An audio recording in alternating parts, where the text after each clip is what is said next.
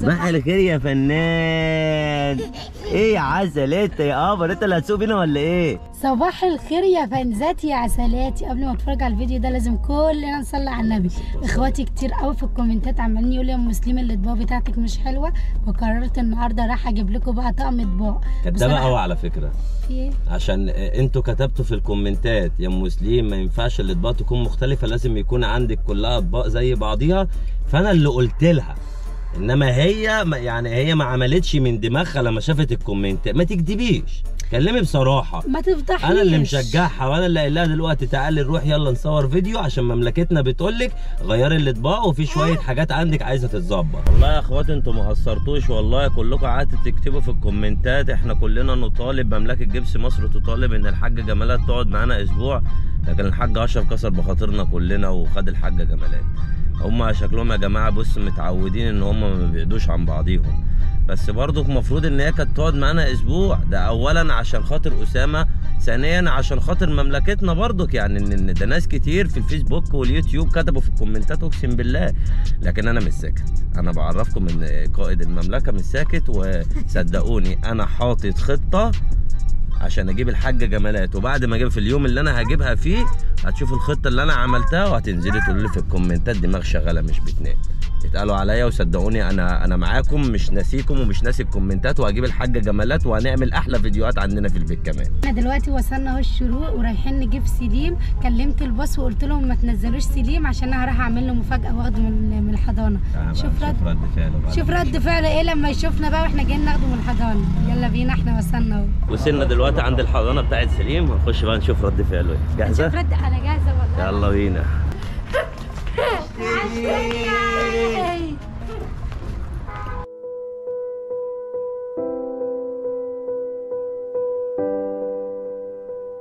ده بعد ما شلته راح لابوه. حضني وما بيكسرش بخاطري الواد ده، بحبه. استنى ده ايه ده؟ بحبه. استنى ايه ده؟ ايه ده؟ انت جايبها لبيب ولا ايه؟ مين اللي اداك دي؟ الميس؟ ده هما بنت. انا قلت لها عارفين ثانك يو؟ قلت لها؟ هاتي بوسه بقى. اديني بوسه هنا.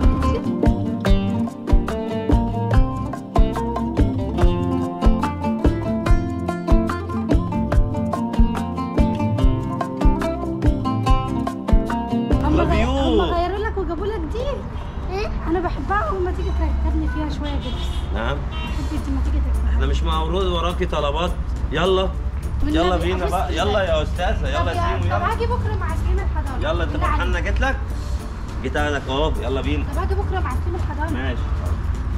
دايما يكسر بخاطر كده اهو. فين عربيتنا يا سيمو؟ عربيتنا فين؟ يلا اركب ورا. اركب. اتكسرت؟ بابا. معلش. ما ايوه بابا، ما قلتش انا ماما ولا بابا. ايوه احسن تقول ماما. الحمد لله اني جت على قد كده. الحمد لله ما قلتش حاجه. يلا. انا خايفه تقول ماما. صح يا سيمو؟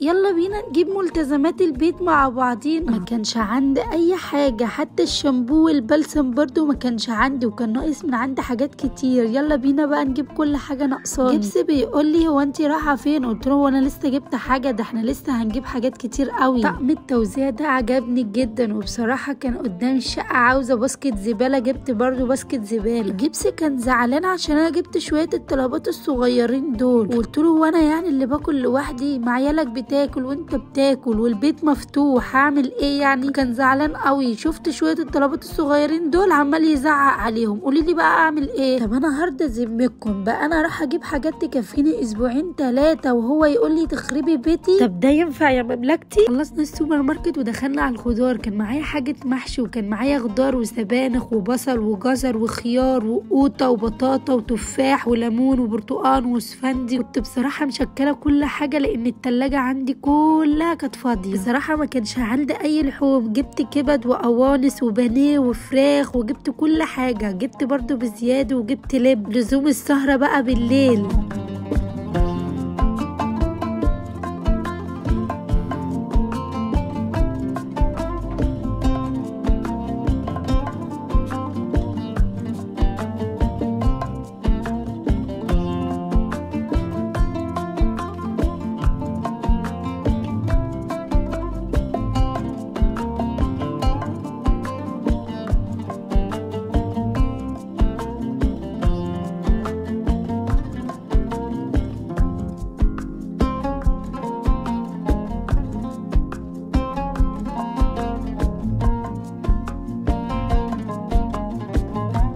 دخلت البيوتي سنتر بتاع صاحبتي نونا، وبصراحه بتظبط لي وشي وبتظبط لي بشرتي، بيبقى عندي حبوب بتظبط لي كل حاجه في وشي. بصوا حاطه لي ماسك بقى وكانت مظبطاني ومخلياني ايه فله. تسلم ايدك يا روح قلبي.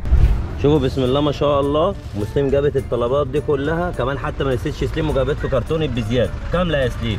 عندي سؤال بقى وترد عليا، احنا خارجين اصلا عشان نجيب طقم الاطباق. ما انا جبت بداله طقم التوزيع. فين ده؟ اهو. لا انت كده بتهزري. ما احنا هنروح والله. خليتيني ادفع الفلوس دي كلها وجبت الحاجات دي كلها وفي الاخر حبه 3000 جنيه جبس.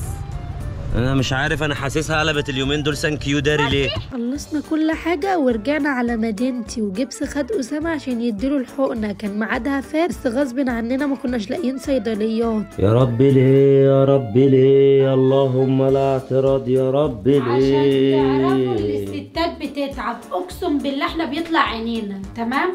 عارفه ان انت تعبت معايا 5 دقايق، بس احنا كل اسبوع على الموال ده. انت بتيجي معايا مره و10 لا. يلا بينا بقى نخش نعمل اكلك. شوف الرياكشن اتغير في ثانيه. يا لهوي شوف كنت بتكلمي ازاي. يلا حد لاحظ يا جماعه اقسم بالله. قولي تاني كنت بتقولي ايه بقى؟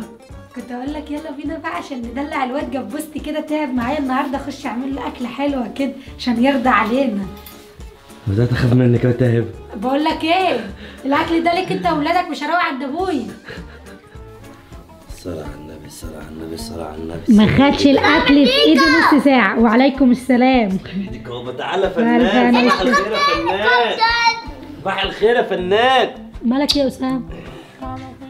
مفيش. انا حاسه يا حبيبتي مش اخر مره قايل لك ان هو بقى بيشبع على ريحه الاكل، فكل ما اجي اقول له خش يا اسامه جوه عشان هناكل يقول لي لا انا بحب ريحه الاكل. انا بحب الورد. تحب الورد؟ اجيب لك تشم شويه؟ عاش يا اسامه والله خسيت كلها يومين 3 ورايحين للدكتور يا جماعه عشان نعيد عليه كشف تاني وان شاء الله هناك احنا لغايه دلوقتي والله ما راضيين نوزنه.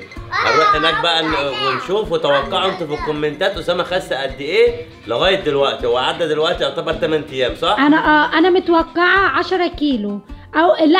انت قلت 5. انا قلت 5 وانا قلت 10 واسامه قال 2 كيلو.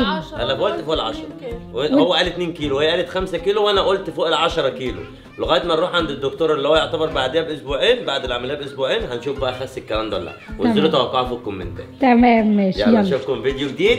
باي باي يا اصحابي. يلا مع بعض. باي يا اصحابي.